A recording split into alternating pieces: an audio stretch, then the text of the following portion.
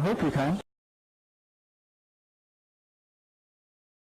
It should always be on, just mute or no. I don't think people can hear it. Hello? Hello?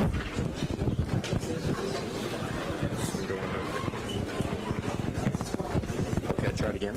Hello? Hello? Yep, it's working. I can hear it. Yeah. Okay. It's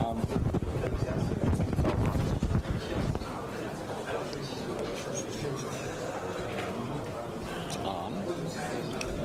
It's not a battery issue. Hello? Hello? Hello? Hello? Okay, there you go. You can hear it? I can hear it.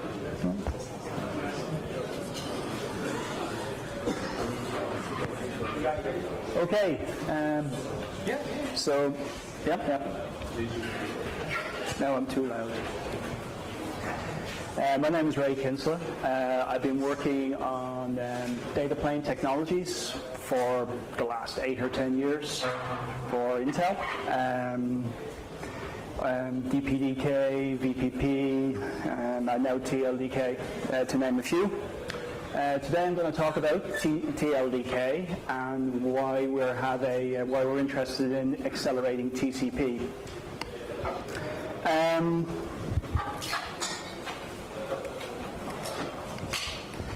So why TCP performance matters? Well, I guess really TCP performance is really heavily a part of user experience. You know, in the wireless network, TCP dominates. TCP makes up about, I think, 95% of traffic in the cellular network. About 4% is UDP, and the rest of it's in the noise. TCP flows tend to be small, which is problematic.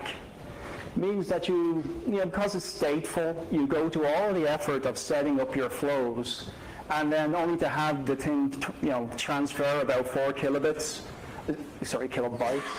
and that's literally the size of the very most of the flows, and then to get torn down again. So it's relatively expensive in this connection setup and tear down, but most of the flows actually transfer very, very, very little data. You also have other artifacts in TCP, parts of the spec that makes small flows even more problematic. Things like TCP slow start. So you may not be familiar with this, but TCP starts off slowly. It'll send 1 packet and wait for an ACK, and then it'll send 2 packets and wait for an ACK. That's fine if you've got a very, very, very long connection. But if you're only having a short connection, it can be quite, again, make it even more expensive. There's a similar problem in the wireline network, and I found this one pretty interesting, is that peer-to-peer is used on a relatively small number of broadband connections. 97% of the connections don't use peer-to-peer, about 3% of it. Maybe it's just because I know everybody, all my friends use peer-to-peer. I assumed everybody did, but apparently not. So 97% of connections don't use peer-to-peer. And of those 97% connections that don't use peer-to-peer, about 70 plus percent of their traffic is, again, HTTP, TCP. So TCP dominates in the wireline network as well. So, okay, it's a huge part of the equation in wireless networks and wireline networks. So this is where the problems start to creep in. Wireless is a relatively recent advent compared to TCP. Wireless is relatively lossy. Your cell phone will be connected and then not connected. And that's perfectly normal. But from TCP's point of view, it looks like it's lost packets. Things like congestion control kick in, loss aversion, those kind of things, they kick in, even though it's a perfectly normal thing for your cell phone to go away. In the wireline network, you have things like impedance mismatch. You might have 100 gigs coming into a box, but only a 100 meg DSL line. So then you run into problems like buffer bloat. So your bulk downloads are crowding out your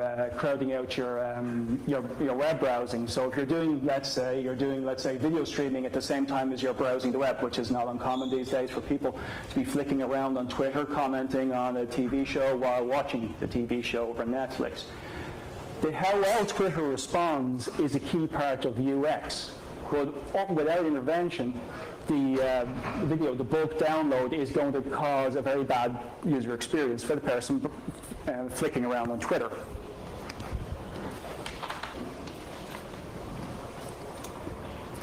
So this has given rise to the advent of user space TCP stacks.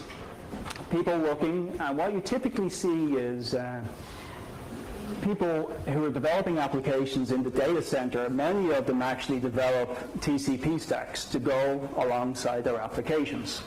So if one paper that was recently published by Jerry Chu from Google commented that they had something like half a dozen to a dozen individual TCP stacks inside Google, just simply because people writing an application, they want to have access to some new TCP option, so they'll write their own TCP stack to go alongside with their application.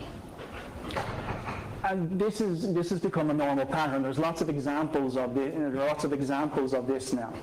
What's a very typical design pattern you'll see in this area will be to take an operating system stack like the NetBSD stack, like the FreeBSD stack, and in the case of Jerry Chu, he takes the Linux kernel, and he'll run it on top of a fast packet I/O technology like NetMap or DPDK or OpenFastPath. So you have your fast I/O, and then you run a well-known kernel stack on top of it. That has some nice advantages. As a design approach, that has some nice advantages. One of it is that you get broad RFC compliance. So typically, all these kernels have a fairly broad set of RFCs, which is pretty nice. The other thing is it has a BSD SOCKS API. So if I'm taking an off-the-shelf application like an Nginx, everybody's favorite application of choice, for Nginx, the kernel is giving you a BSD SOCKS API, and it's fairly easy to glue the two together. Also, the total cost of ownership. So if I'm using a BSD stack or a NetBSD, a BSD stack or a Linux stack on top of DPDK or NetMap, then as security problems emerge upstream, so I get CVE patches, I get performance fixes, I get maintenance, the stack is maintained. So it's a relatively attractive way to implement a user space TCP stack.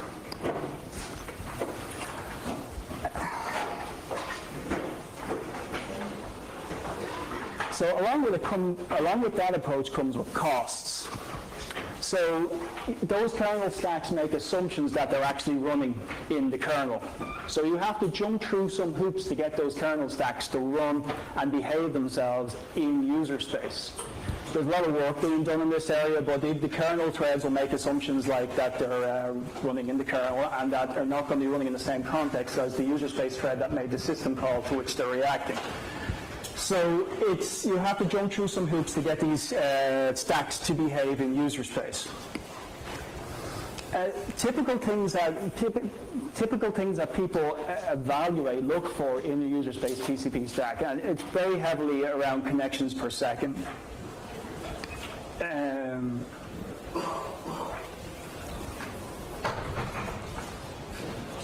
You're fine. I lost my train of thought.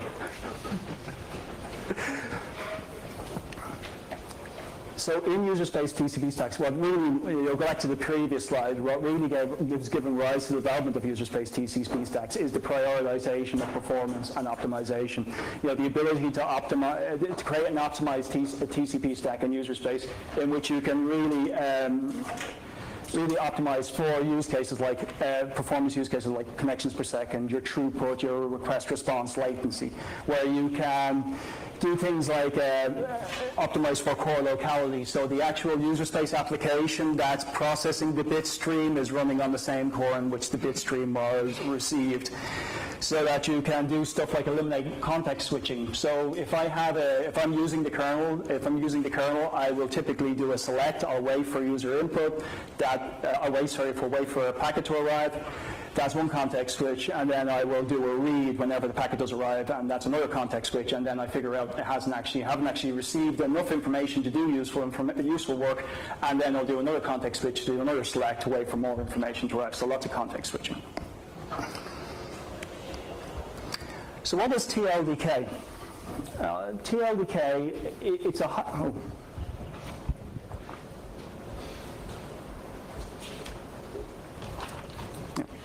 TLDK is a high-performance layer 4 implementation implemented on top of DPDK. It's a complete grounds-up design. So the bottom three points that I talked about in the last slide, the API compatibility and the reuse of a well-known stack that with broad RFC compliance, we don't get those benefits, not straight up, okay? But what we are doing is we're doing a complete grounds-up design to aim for the highest possible performance that we can achieve on the platform. So that means that we're going to leave some stuff on the table, so you won't get the BSD SOX compatible API, you won't get the same level of broad RFC compliance. But what you will get is you will get the fastest possible TCP implementation that you can build on the general purpose CPU. And that's really what we're aiming, we're really aiming to create. So in the creation of TLDK, we reuse DPDK design concepts. So we do batch processing, improves IPC. We do things like loop and rolling. We use vector instructions where we can. We use batch processing to keep the instruction cache warm, so that instead of pushing one packet through the stack, you're processing multiple packets at the same time to keep your instruction cache warm. We aim for cache coherency so that there's an affinity between a given network device, between the stack that processes the network device, and then also the application that reads the TCP stream that's received on that network device. So we have an end-to-end affinity between the network device and the actual application that processes the TCP stream. We eliminate things like by not transferring the TCP stream between cores, you eliminate things like swapping hash lines and snooping between cores, so it's much more efficient. We eliminate mode switching, obviously, because everything's in user space at this point anyway. So what we're aiming to support is we're aiming to support UDP and TCP at this point. We're going to support passive and active connections, and that's basically the client and the server model, and the bump in the wire model that I'm going to talk about in a while. So one of the use cases I'm very interested in looking at, proving out TLDK is in bump in the wire performance. We support common TCP options. There's probably just a list of them here. MSS timestamp, selective acknowledgements. We support common features. We have a DDoS implementation based on signed cookie. We will look at other DDoS implementation mechanisms later. If you don't need DDoS, as everything is running inside your data center behind an IDS system anyway, you might want to turn DDoS off. We support things like denied acknowledgements. We support congestion control. We also support common hardware offload. So you might choose to use RSS. You might choose to use TSO. You might choose to use sign filtering on if you're NIC supported. Now we will use all of these to improve performance, make performance as fast as possible. And then also we're going to provide code examples. So one of the nice things you get with DPDK is when you download DPDK, you get some nice sample code. I've written some of it myself that actually shows different use cases like L2 forwarding, L3 forwarding. We're going to do the same with TLDK. We will have a sample directory that will show off use cases like transparent proxy. And I'll talk about some of those use cases that we would like to show off later. Okay. So TLDK provides a socket-like API. So it's a socket-like, you'll be familiar with some of the API calls. They will look familiar to you. I guess, the naming of it will look familiar, but then when you actually get into parameters, that's where the differences start to creep in. So there's three common design concepts with TLDK that I want to jump into. Oh, sorry, first one, before we go there, one of the reasons people talk about this, we're turning the network stack upside down. What we're really trying to do is make the protocol being driven by the application instead of the application driving the protocol instead of the protocol driving the application. So what you typically see with TCP applications is I sit and I wait for a socket, and then when something arrives in the socket, I wake up and I do something. Okay? And if I wake up and I haven't received enough information in the socket, I will go back to sleep. I'll buffer it and I'll go back to sleep again. And then next time more packets arrive, I'll wake up again. The design paradigm with TLDK is we will continue to do useful work while there is useful work to do. So we will do batch processing. So we will batch read packets off the network device, and then we will batch read. We will iterate through streams, and then iterate through packets received on streams. So we will continue to poll and continue to work in the DPDK style, in the batch processing style, and continue to work while there's useful work to do. We'll never block. So in that way, that the application is driving the protocol, not the protocol driving the application. So 3 core design concepts. The first is your context. Your context is really an individual instance of the stack. You typically have 1 context per core. You might have more than 1 context per core, that's okay too, but there is an affinity between a context and a given core. You will then have devices. Now, all we're doing is implementing a layer 4 implementation. We're not doing a layer 2, we're not doing a layer 3 implementation.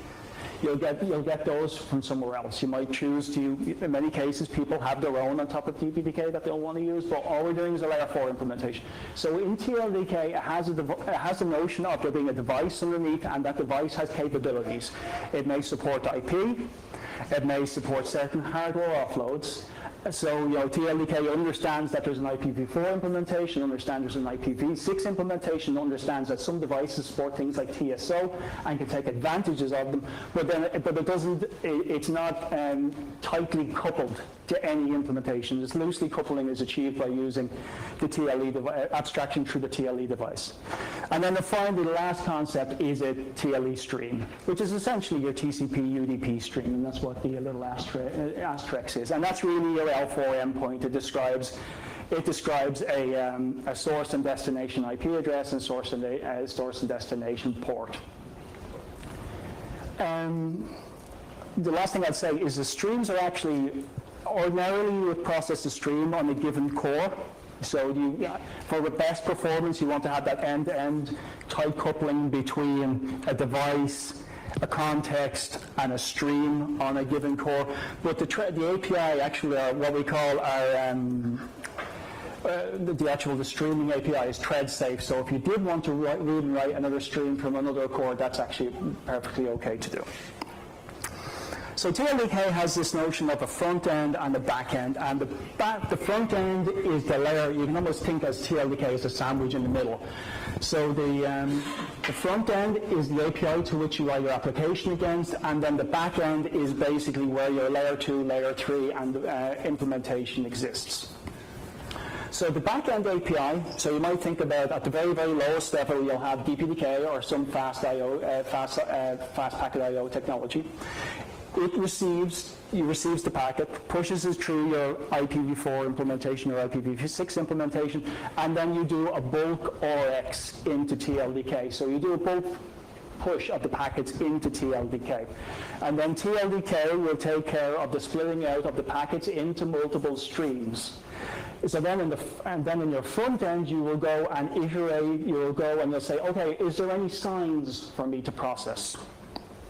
Is there any signed packets for me to process? Okay, there's some signed packets for me to process. I better go accept the new connections I want to accept, or I can reject the new connections I want to reject.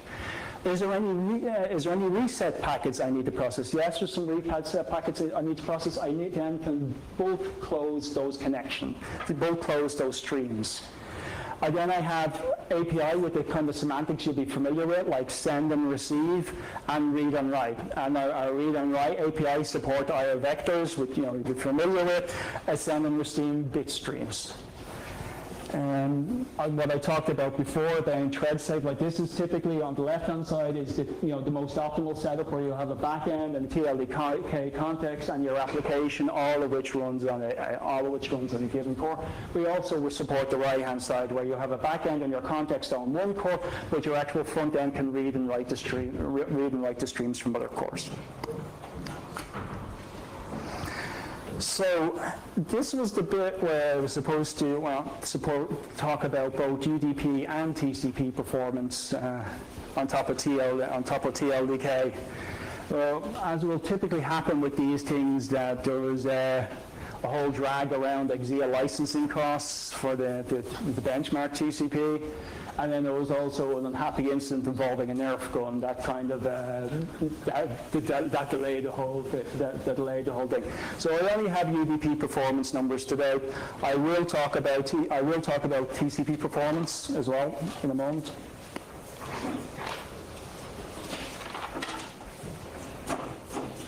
So UDP performance is what, 7 million packets per second. But one thing you'll know, and this is really what we're aiming for, is we're linearly scalable. As you add cores, you get 14 million packets, 21 million, 1 million packets per second. So we're linearly scalable in the same way DPDK applications typically are. As the more cores you give, you get a linear scaling in performance.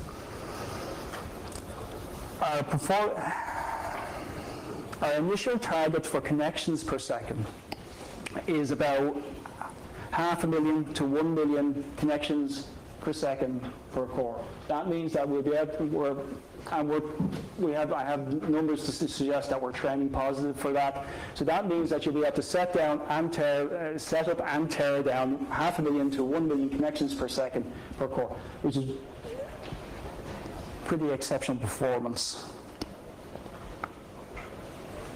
Okay.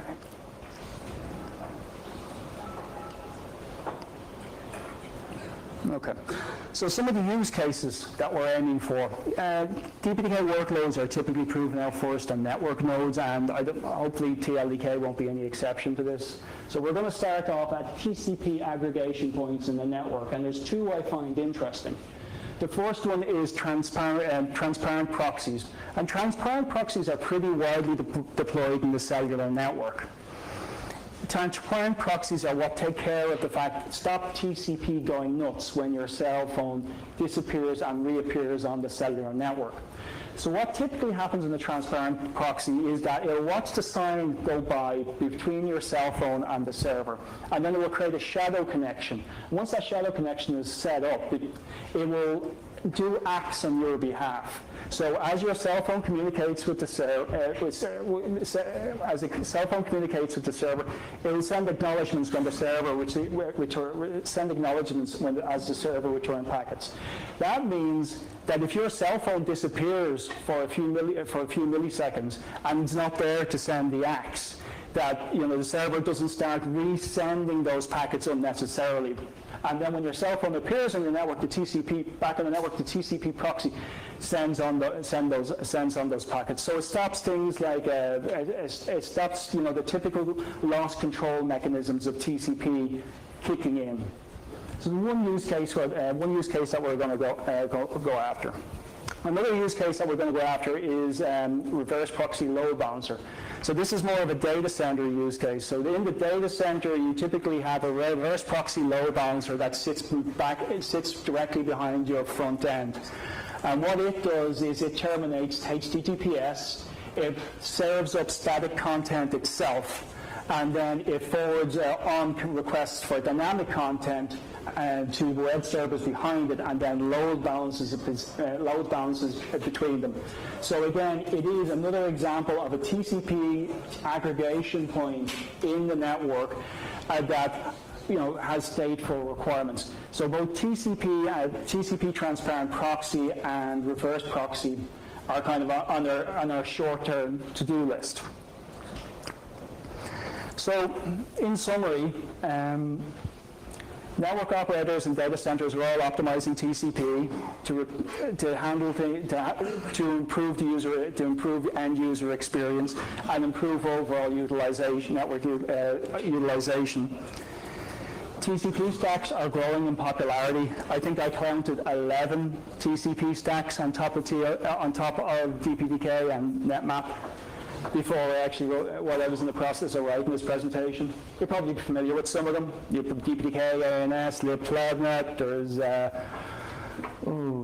a TCP implementation in VPP, there's C-Star, there's MTCP, there's lots and lots of TCP implementations in user space, all of whom are a lot of whom are reusing the FreeBSD or NetBSD or Linux kernel implementation, all of whom are trying to implement the BSD SOCKS API. That's not where we're going. We're going for the fastest possible TCP performance on top of a general purpose processor, going after network node use cases.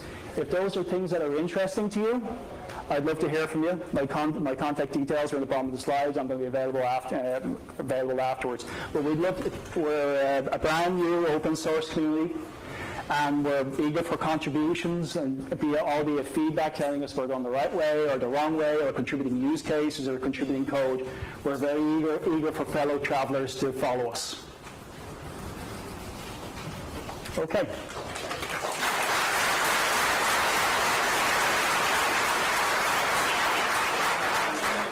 Oh, that's repeat the question. So I have a few minutes for questions if there's any questions. Yeah.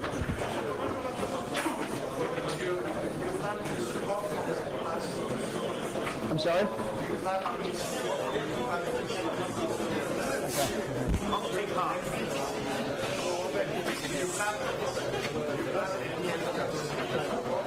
Do we plan, okay, so the question is, do we plan any MTCP support? Oh, multipath TCP support. That's an interesting one, because that's actually, that was one of the ones I'm interested in. Not currently, but I'd love to hear more if that's something that's interesting to you, because I know it's heavily used, particularly in cell phones, right, to improve performance and corporate mobility. So if that's something that's interesting, I'd love to talk about it afterwards. Okay. Any other questions? When TCP will be available? Hopefully next week. Hopefully next week. Should already be out. Any other questions? No.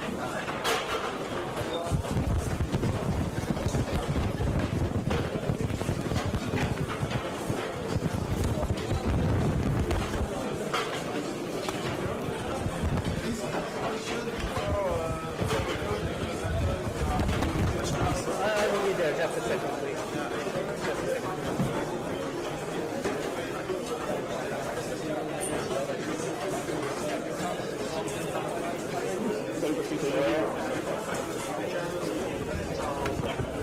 Donc, à poser la question sur une petite non, c'est pas moi. C'est ton collègue? C'est lui qui a fait le travail, non? Oui. C'est mes collègues, Patrice.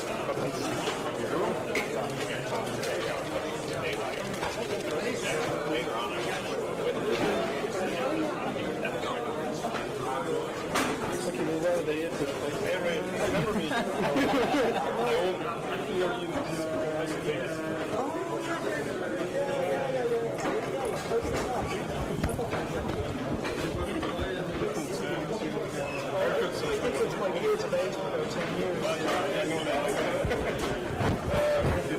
So was this question about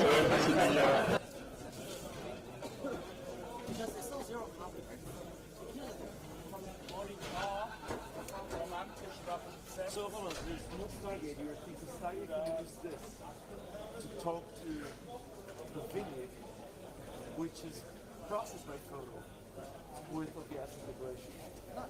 And then you just throw it over locally to the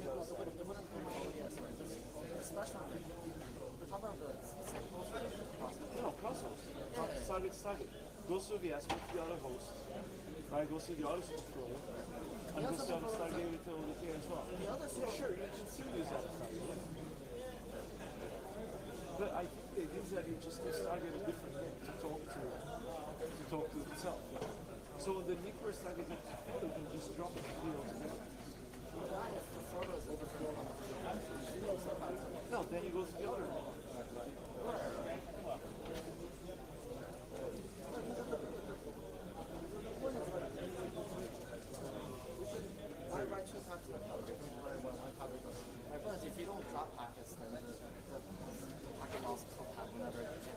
It's on. Then see how to get you pinned on here. So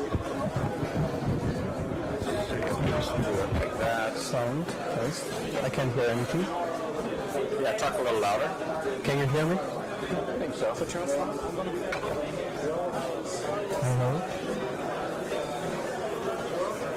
Is this working? We